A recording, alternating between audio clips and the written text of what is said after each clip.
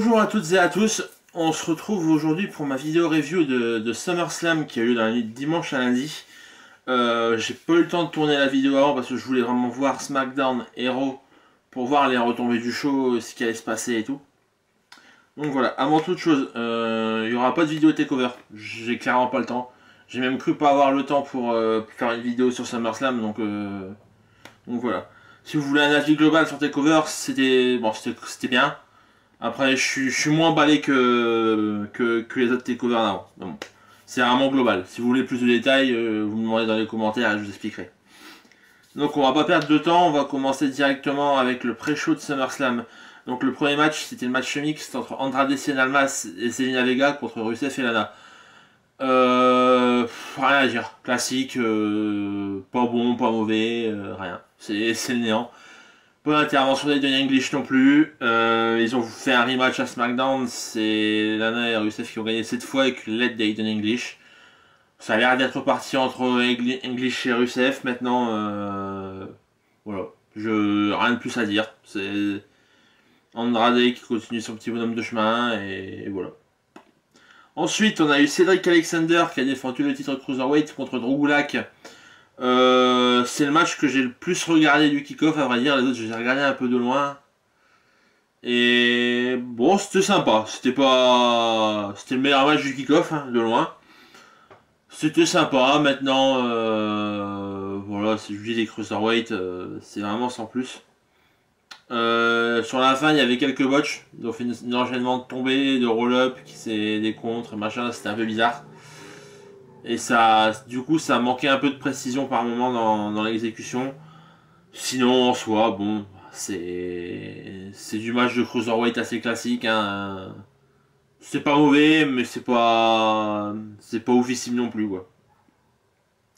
Et donc ensuite, on a les Raw Tag Team Championship qui ont été remis en jeu, toujours dans le kick-off. La B-Team, Curtis Axel et Bo Dallas qui a défendu ses ceintures contre The Revival. Dash Wilder et Scott Dawson. Victoire de la B-Team, là aussi, sans grande surprise. Leur booking est intéressant, la B-Team, je trouve. C'est bien cohérent, c'est bien écrit. Toujours les faire gagner un peu de cette façon, un peu que de la chance, ça peut être sympa. Maintenant, bon, c'est pas un booking qui durera sur 6-8 mois, hein, ça c'est sûr. Dès qu'ils vont croiser des équipes comme les Authors of Pain ou voire même le Shield, vu que ça s'est reformé un petit peu, je doute fortement de l'efficacité de ce booking. Maintenant, bon, contre The Revival, ça passe. Je pense que la suite va se poursuivre un petit peu. Et voilà, on va pas s'attendre là-dessus, il n'y a rien de spécial à dire. Le match, c'est classique. Donc voilà. Pour le premier match du show principal, on commence directement avec le match championnat intercontinental entre Dolph Ziggler qui remettait son titre en jeu contre Seth Rollins. Donc Dolph accompagné de Drew McIntyre et Rollins accompagné de Dean Ambrose. Très bon match. Vraiment très bon match. J'ai rien à dire. Peut-être limite le meilleur match du show à ce niveau-là. Il y a eu des enchaînements vraiment sympas. Ils ont bien géré les managers. Ça n'a pas parti dans un bordel trop monstrueux non plus. Il y a eu un coup de McIntyre et un coup d'Ambrose à la fin. C'est ce qu'il fallait. Il fallait pas faire too much. C'est pile poil ce qu'il fallait. Donc voilà, il y avait des bons enchaînements. C'était agréable, c'était fluide. Il y avait des bons spots. Ouais. En termes techniques, le match, il n'y a rien à dire. C'est meilleur qu'à Extreme Rules. Non plus, j'avais pas beaucoup de doutes là-dessus. Victoire de Seth Rollins. Logique. Clairement logique. J'ai vu une news qui disait qu'apparemment c'était une punition parce que Dolph n'avait pas voulu re-signer son contrat. Voilà, hein, on aura le même exemple plus tard dans le show. Et c'est clairement la fin du push pour Dolph. Je suis même pas sûr qu'ils vont lui filer un rematch.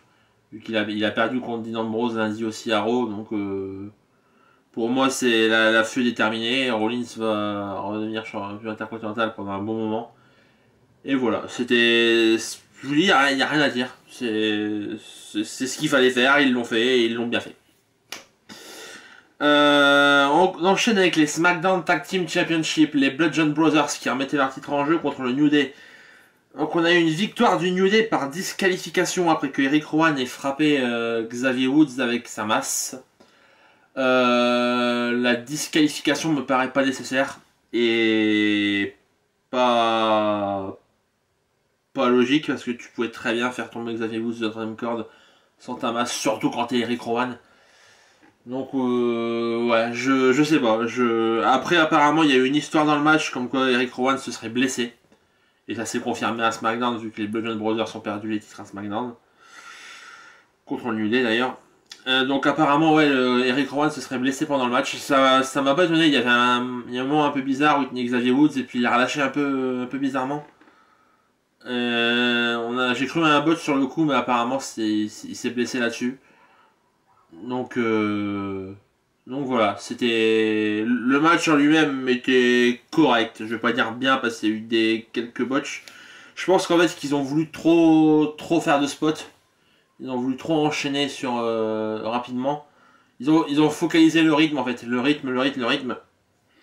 C'est bien ça pour ils ont réussi leur mission. Maintenant ça manquait de précision un peu par certains moments et c'était un petit peu gênant. Et je vous dis le final du match m'a pas. Après, si c'est un truc improvisé, bon, je leur en veux pas. Mais si c'est ce qui était booké à l'origine, je suis pas certain que ce soit la meilleure solution. Mais à mon avis, c'était quelque chose qui était improvisé parce qu'il y a eu une autre disqualification dans la soirée et ça m'étonne qu'ils font 2 shows avec 2 matchs de disqualification, surtout pour SmackDown Live en plus. Donc voilà. On va passer ensuite à un match qui selon moi allait définir quand même pas mal ce qui pouvait se passer dans le show. Le match entre Kevin Owens et Braun Strowman, donc Braun Strowman qui remettait sa mallette en jeu. C'était un match charnière du show pour moi, parce que si Owens gagnait le match, il se passerait pas spécialement grand chose en main event, et si Strowman gagnait le match, il aurait pu se passer quelque chose plus tard dans le main event. Strowman a gagné le match, en 1 minute et des poussières. Voilà. Quelle utilité. Mais le booking de Strowman, je reviendrai plus tard, hein, parce qu'il est apparu dans le main event. Je reviendrai plus tard, mais le booking de Strowman, c'est une catastrophe. Je vois pas où ils veulent aller avec lui, je comprends pas ce qu'ils veulent en faire. Je pense que. Il a failli tuer Kevin Owens à un moment, quand il a porté son chokeslam sur la rampe d'entrée. Sur le coup, je regardais un peu SummerSlam avec un pote et on s'est dit, ouais, Owens s'est blessé pour que le match dure si peu de temps. Apparemment non, mais quand on a vu l'action, Strowman il gère pas son physique, il gère pas sa force, c'est incroyable. C'est incroyable de laisser catcher un mec comme ça justement, de pas essayer de lui imposer un peu plus de limites et de le faire qu'il se focalise un peu plus sur la gestion de son corps, sur sa force, parce que c'est vraiment un problème. Et voilà, donc sur ce match-là, j'ai rien de plus à dire. En même temps, 1 minute 30, je pense que mon résumé a été plus long que le match, donc on va passer. Entre deux, on a eu le concert d'Elias, moi ça n'a rien passé, je passe aussi. On a enchaîné avec une bonne surprise, le triple threat pour le SmackDown Women's Championship à SmackDown. Donc Carmella qui remettait son titre en jeu contre Becky Lynch et Charlotte. Le match était vraiment sympa. Il y avait des bonnes actions, il y avait des bons enchaînements. Carmella a fait un bon match. Vraiment elle n'a pas à rougir face aux deux autres, qui sont vraiment plus des catcheuses techniques. Carmella s'est démerdée. J'ai bien aimé l'hommage à Jim Neidhart aussi, Carmella qui arrive avec la tenue de Neidhart. Même Charlotte qui arrivait en rose, c'était un peu le thème de la soirée et c'est très très bien. C'est un bel hommage.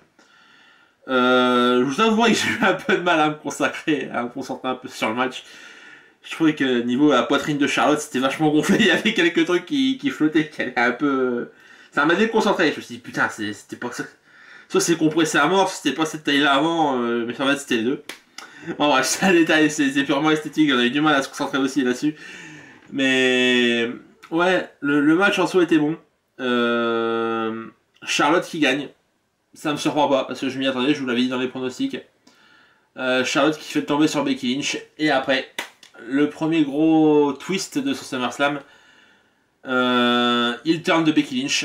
Au début, j'ai eu du mal à voir que c'était vraiment un heel turn, parce que la foule était au taquet derrière Becky Lynch. Elle voulait vraiment qu'elle démonte la race de Charlotte. C'est très compliqué à expliquer ce turn. Parce que apparemment donc c'est bien Becky qui va virer heel, sauf que la foule est à fond derrière elle. Et moi perso ça ne me choque pas du tout. J'ai vu des commentaires qui sont là que ça choquait complètement de faire tourner la top babyface. Pour moi, ça me choque pas. Il faut donner un nouvel élan à Becky Lynch, clairement. Becky Lynch, elle se fait avoir en termes de booking tout le temps, tout le temps, tout le temps. Chaque fois qu'elle a une opportunité, elle se fait avoir. Regardez les Money in the Bank. À chaque fois, l'année passée, James Ellsworth, il lui a coûté 2 fois. Cette année, c'est Alexa Bliss, bon, en termes de match, hein, bien sûr, mais ça reste dans le booking. C'était Becky Lynch qui était derrière, la dernière à pouvoir décrocher un mec avant Alexa Bliss. Et là, elle se fait encore voler son opportunité par Charlotte. Donc au bout d'un moment, la meuf qui pète un câble, c'est cohérent. Je veux bien que c'est la top babyface et tout ce que vous voulez. Maintenant, le booking là est cohérent. Et ça, on peut pas leur reprocher quelque chose là-dessus. C'est normal, quand tu te fais baiser une opportunité à chaque fois, tu pètes un câble. C'est normal. Moi, je comprends pleinement le heel turn. Après, je pense que ça, si la réaction du public reste comme ça peut amener peut-être à un double turn. Charlotte qui peut retourner heel et Becky du coup qui peut profiter de ce temps pour retourner face, mais devenir face un peu beaucoup encore plus badass avec plus de caractère. Ça peut partir là-dessus, c'est pas impossible. J'ai beaucoup aimé la promo de Becky Lynch SmackDown d'ailleurs. Ceux qui disaient qu'elle avait un accent de merde, je trouve que la promo était très bien. Donc voilà, pour ce match-là, c'est tout ce que j'avais à dire. C'est déjà pas mal. On enchaîne avec le WWE Championship en AJ Styles qui remet son titre en jeu contre Samoa Joe. Le match était sympa. On voit que c'est le premier match de la Fed. Vraiment, il pose les bases, c'est propre, c'est un petit peu trop propre d'ailleurs.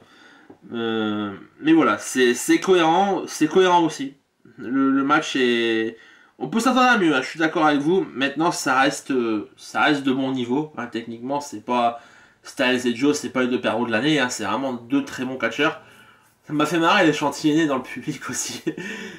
Si on a cru entendre ça à WWE en 2018, c'est TNA, ouais, c'était assez marrant. Et par contre, le gros point fort du match, c'est le final. Donc en gros, je vous explique, au final, il y a Joe qui projette Styles à l'extérieur, Joe qui monte sur une table et qui s'adresse à la femme de AJ Styles et la fille d'AJ Styles qui était dans le public. Et Styles là qui pète un câble, qui tâtonne la gueule à tout le monde, qui frappe Joe avec une chaise, donc disqualification d'AJ Styles. Et AJ Styles qui s'en va avec sa femme et sa gamine dans le public pour pas qu'il croise Joe sur le chemin du retour. C'est très pertinent, c'est vraiment très pertinent, c'est un storytelling de malade. C'est ce que j'aime en fait. Là, la WWE nous raconte une histoire. C'est peut-être pas ce que les gens attendent, mais moi ça me plaît. Moi ça me plaît grave. Le tournure que prend la feud, j'aime beaucoup. J'avais dit dans les pronostics que j'avais un peu de mal à comprendre pourquoi c'était parti là-dessus. Là, je commence un peu plus à. Je pense que durant la suite de la feud, ils vont ressortir comment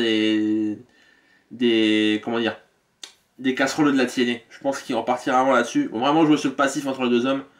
Ça va vraiment être personnel. Ça va se finir dans le Hell in a Cell sans doute. Et si on a une feud aussi intense avec un Hell in a Cell aussi intense, je pense que ça peut être un très très bon match. Et peut-être même le match de l'année. Clairement, AJ Styles Samoa Joe dans un Hell in a Cell, ça me hype. S'il continue avec cette intensité, avec ce storytelling là, ça peut donner vraiment quelque chose de bon. Et je vous dis, ils ont essayé de raconter une histoire et ils l'ont bien fait. Et voilà. Le match aurait pu être mieux, je suis d'accord.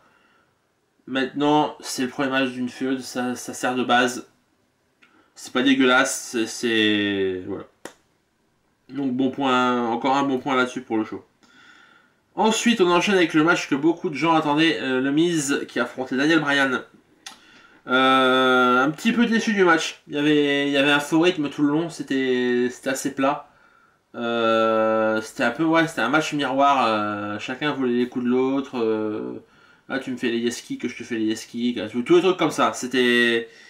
Là aussi, on voit que c'est le premier match de la rivalité, même si c'était affronté déjà il y a quelques années. Mais ouais, c'était un peu plat, c'est dommage. Je m'attendais à mieux, je m'attendais vraiment à mieux. Après, c'est le premier match de la feud, donc c'est peut-être logique aussi. Par contre, donc victoire du Miz avec l'aide de Maryse, qui lui a filé un point américain. Je l'avais dit dans les pronos, Maryse allait faire quelque chose. C'était évident, il fallait une application dans la feud, c'était quasiment évident. Et la fin me plaît, la fin du match me plaît parce que ça ouvre des possibilités pour la suite. Et voilà. Par contre, ce qu'ils ont fait ensuite à SmackDown, je trouve ça complètement débile. Partir sur un tag team match mixte avec Maryse et Brie Bella, J'avais pas envie de voir ça, moi. Et j'ai toujours pas envie de voir ça, hein. Techniquement. Moi, je voulais mon Miss Bryan en Inocel, je l'aurais pas. Bon, par contre, la bonne nouvelle pour les fans de Daniel Bryan, c'est qu'il a re-signé. Hein. Là, il va catcher Inocel, il a même catché au Super Showdown. Donc, je pense que là, Daniel Bryan, c'est bon, il a re-signé son contrat. Par contre, le fait qu'il ait perdu, c'est parce qu'il a refusé une proposition de contrat avant. Ça, comme Ziggler. C'est. Ah, vous voulez pas de nos contrats? Ah, bah, c'est pas grave, vous allez perdre. Ça rigole pas la WWE là-dessus. Hein. En même temps, pour Dolph, je comprends, vu les conneries qu'il a fait toutes ces années, j'enchaîne un peu plus. Après, Bryan, je pense que c'est un peu plus de l'ego aussi. Mais bon, ça c'est une autre histoire, on en parlera autrement. On enchaîne avec Finn Balor contre Baron Corbin. Je vous avais dit dans les pronos que je voyais pas pourquoi ce match était sur la carte, je voyais pas ce qui pouvait se passer de plus. Sauf qu'avant, j'en avais parlé avec un pote, toujours le même pote qu'on a regardé le pay-per-view, il m'avait dit ouais, ça serait bien si Balor il pouvait arriver en démon. Je vois, c'est Baron Corbin, je suis pas sûr, j'avais un doute. Et bah Finn Balor est arrivé en Demon King et il a fait un squash sur Baron Corbin. Donc c'est ce qu'il fallait faire. Il y a pas grand chose d'autre à dire. Le match était juste là pour ça. C'est ce qu'il fallait faire, tout simplement. Et voilà. Je pense que pour la feuille est finie. Clairement, Corbin est parti sur autre chose et alors je pense aussi que ça va partir sur autre chose. C'est bien. C'est ce qu'il fallait faire. Ils n'ont pas fait trop. Ils ont fait l'entrée de Balor. Par contre, j'ai pensé à un truc. Je pense qu'ils veulent faire avec Balor ce qu'ils ont fait à Taker à WrestleMania. Je pense qu'ils veulent faire une petite streak à Balor à SummerSlam, du moins avec le démon. Vu que tous les ans ils le ressortent. Ça peut être sympa. Ça peut être sympa de donner ça. Déjà qu'il a pas grand chose Finn Balor, donc. Mais mettez-lui ce personnage de démon tout le temps. C'est. Ah, parce que bon. Sans ça, il a rien, Finn Balor. À part sur une ring, il a rien. Il n'y a plus de charisme, il n'y a plus rien. Même niveau des foules, il fait plus réagir. Il n'y a plus que quand il est en démon qui fait réagir. Il n'y a que ça qui marche. Donc voilà. On va enchaîner avec le United States Championship. Nakamura qui a mis son jeu contre Jeff Hardy. J'ai pas grand chose à dire. C'est correct. C'est correct, mais c'est oubliable. Je trouvais Jeff Hardy très très lent dans le match. Il y a eu des bons mouvements, il y a eu des bons enchaînements, mais c'est oubliable. Franchement de toute la carte de SummerSlam là, c'est le match que je m'en bats les reins, mais total quoi. Je comprends pas pourquoi ce match a eu lieu, si ce n'est pour un rematch fair and square à Jeff Hardy. Je sais pas. Mon Nakamura a conservé. Il y a eu un spot avec une Swanton Bomb sur le bord du ring qui a foré. Nakamura est revenu dans le ring. Kinshasa, 1, 2, 3. Point d'intervention d'Orton durant le match. Il y a eu une intervention juste après. Enfin, une intervention. On a eu la musique de Randy Orton. Randy Orton est donc venu en slip de combat et tout. On s'est dit, waouh, il va tataner la gueule à Jeff Hardy. Génial. Truc qu'on n'a pas vu. Et il est arrivé devant le ring. Il s'est rebarré.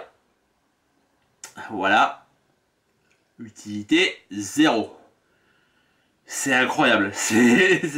J'ai pas compris. Bon, je pense qu'ils vont vouloir faire de Randy Orton un peu une sorte de schizophrène. Ils vont repartir dans le délire des voix, je pense. Mais ça sert à rien. Ça sert à rien. C'est Randy Orton, quoi, merde. Que voulez-vous? J'imagine trop la scène en coulisses où Vince lui a dit allez Randy, ce soir tu mets ta tenue de catch, tu vas venir. T'en aller sur ring et tu vas repartir. C'est génial. Le mec il a passé plus de temps à s'habiller qu'à être dans l'arène de SummerSlam, je suis sûr. Enfin bref, le Raw Women's Championship, Alexa Bliss qui remettait donc son titre en jeu contre Ronda Rousey, avec Natalia qui était présente aux abords du ring. Ça fait plaisir, Natalia qui portait la veste de son père. Franchement, big up à elle parce qu'être là même pas une semaine après le décès de Jim Neidhart, c'est vraiment, c'est même pas du professionnalisme, c'est magnifique. C'est clairement magnifique et j'ai vu dans une interview qu'elle justement elle disait qu'elle se devait d'être là pour son père.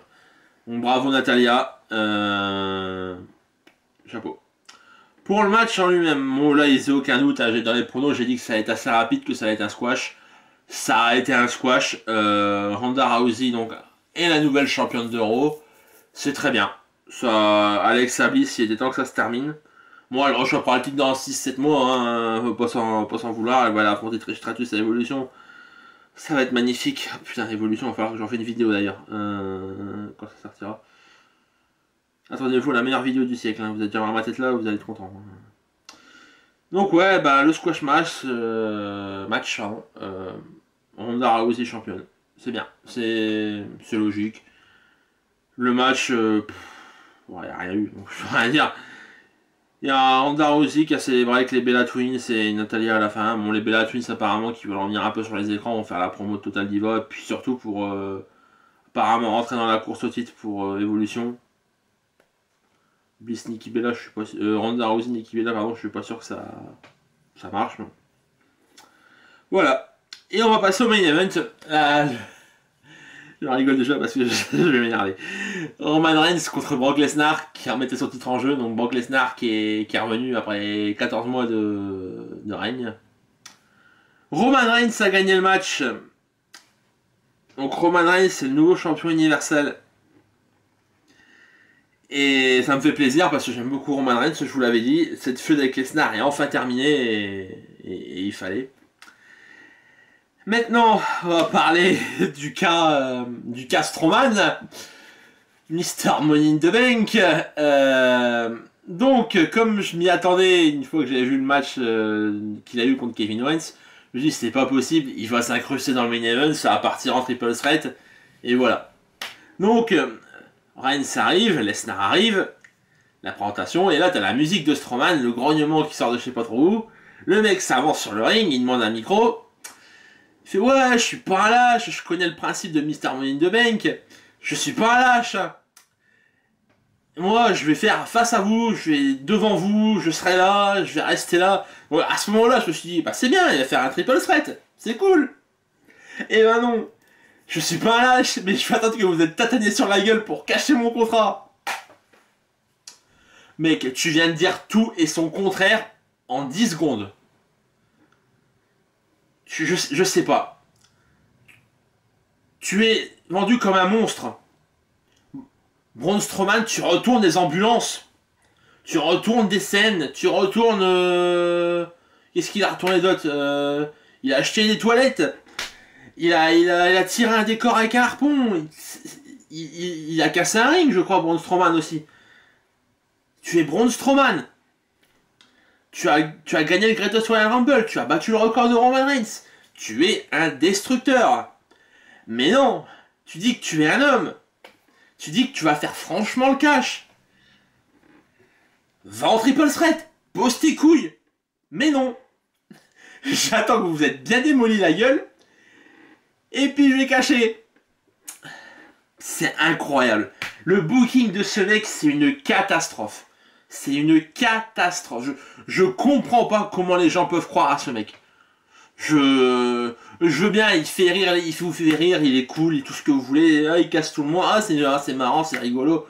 Mais son booking, mais c'est une horreur. Vous vous plaignez du booking de Reigns, mais au moins le booking de Reigns, il est cohérent jusqu'au bout. Le mec, c'est Superman. Il est booké comme Superman. Roman Reigns, c'est The Monster Among Men. Il est booké comme une fiotte. Putain, mais sérieusement, je vais me faire démolir dans les commentaires, mais je m'en bats les couilles. Mais Strowman, putain. Et donc, je vais revenir un peu sur le booking du match. Donc, après avoir tenu son discours de courageux absolu, Braun Strowman est descendu, s'est foutu juste devant le ring. Reigns et Lesnar ont combattu.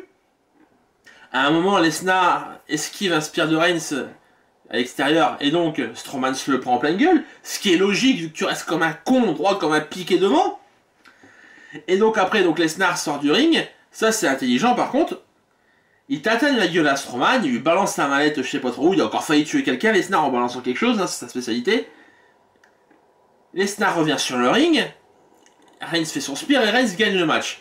Là je me suis dit, Reigns, barre-toi, parce que l'autre il est capable de revenir, il est capable de recacher. Limite, j'aurais préféré Parce que ça veut dire qu'il aurait encaissé l'attaque et il aurait caché. Là, ok, à la limite, j'aurais pu le comprendre. Mais non, il cache pas. Il reste là, par terre. Monster Among Men. Oh, putain, mais... Ah, ça m'énerve. Et donc, pour SummerSlam, c'est fini. Mais on va revenir au lendemain à Raw. Parce qu'à Raw, on a Roman Reigns qui a remis son titre en jeu contre Finn Balor. On a une défense de titre universel à Raw. Jamais vu. Pour une fois que la WWE fait un truc qu'on n'a jamais vu. Et là, c'est pareil. On arrive dans le match. Le match se déroule tranquillement. Et puis là, t'as la musique. Les grognements. Braun Strowman qui se ramène. Ouais, je vais cacher. Ouais, bah cache, c'est bon. Allez, vas-y. Tu nous faire le même coup qu'hier. Roman Reigns et Finn Balor continuent leur combat. Reigns remporte le combat. Donc Reigns, Strowman, il continue. Il fait une petite promo. Ouais, je vais le faire face à vous. Je suis pas un lâche et tout. Je vais le faire face à vous. Qu'est-ce qu'il fait? Reigns, il est au sol, il est dos à lui. Reigns, il est en train de se relever. Qu'est-ce que fait Strowman? Il le tape. Chapeau, c'est incroyable. Vous avez abandonné l'idée d'être cohérent avec Strowman, c'est pas possible. Clairement, c'est clairement pas possible. Ah, je suis un destructeur, hein, je te fais de face. Ah ouais, il lui donne un coup dans le dos. Enfin bref, donc le catch n'a pas eu lieu parce qu'il y a eu les lettres que je préfère qui sont arrivées.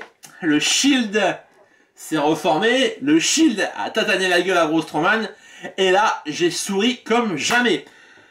Merci, le Shield, de nous avoir débarrassé de ce Strowman-là. Non, mais sérieusement, il va falloir bosser sur son booking à Strowman. Parce que maintenant, c'est simple, au plus vous allez le faire attendre pour cacher, au plus il passera pour une bite. Alors là, c'est incroyable. C'est Braun Strowman.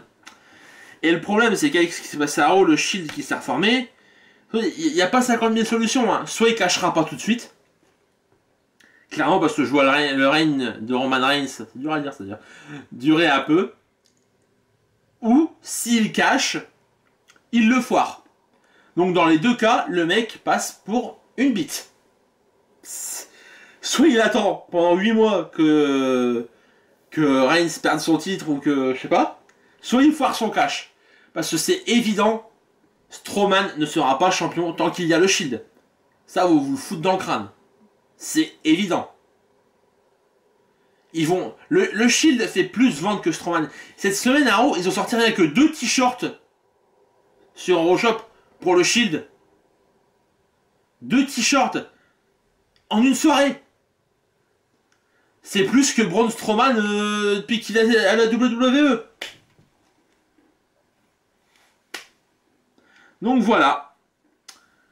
Tout ça pour dire que SummerSlam c'était bien. SummerSlam c'était bien, ça va. Si on enlève l'exception Strowman, c'était bien. C'était le meilleur pay-per-view de l'année, clairement.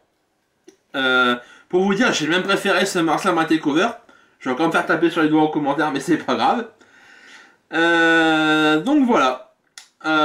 C'est fini pour cette review. Donc j'espère que le pay-per-view vous a plu. J'espère que la vidéo vous a plu. Donc si c'est le cas, n'hésitez pas à lâcher le pouce bleu, le partage, tout ce que vous voulez. L'abonnement si vous n'êtes pas encore abonné. N'hésitez pas à lâcher un commentaire pour me dire ce que vous avez pensé du show. C'est toujours sympa de débattre. Je vous parlerai de TakeOver, c'est là que ça intéresse. Vous pouvez me poser des questions dans les commentaires. Et voilà, donc je vous mets le Facebook de la page, le Twitter aussi. Je vous mets ma page Twitch aussi si ça vous intéresse. Comme je live pas mal en ce moment, si vous voulez passer un de ces 4. J'ai fait un live sur Touquet l'autre fois, c'était sympa.